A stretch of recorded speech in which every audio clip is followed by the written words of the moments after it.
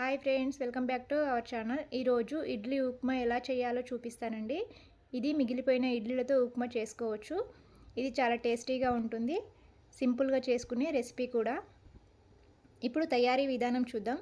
ఇక్కడ నేను మిగిలిన ఇడ్లీలను తీసుకున్నానండి. వీటిని ఇక్కడ చూపిస్తున్న విధంగా చేత్తో మెదుపుతూ అంతా పొడి పొడిగా చేసుకోవాలి. ఈ విధంగా పొడి పొడిగా చేసుకుంటే సరిపోతుంది. ఇప్పుడు వీటిని పక్కన పెట్టాలి. స్టవ్ పై కడాయి పెట్టి సరిపడా ఆయిల్ వేసుకోవాలి. ఆయిల్ వేడైన తర్వాత పోపు దినుసులు వేసుకొని ఫ్రై చేసుకోవాలి. అలాగే ఎండుమిర్చి, కట్ చేసిన పచ్చిమిర్చి, ఉల్లిపాయను వేసుకొని ఫ్రై చేసుకోవాలి. ఇవి కాస్త ఫ్రై అయిన తర్వాత జీడిపప్పు వేసుకొని ఫ్రై చేసుకోవాలి.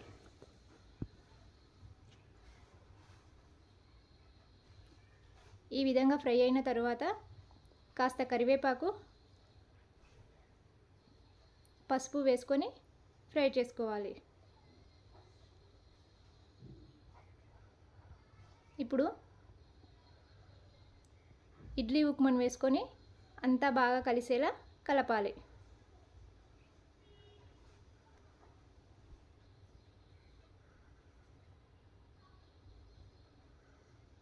ఇందులో ఉప్పు ఏమి వేయకూడదండి.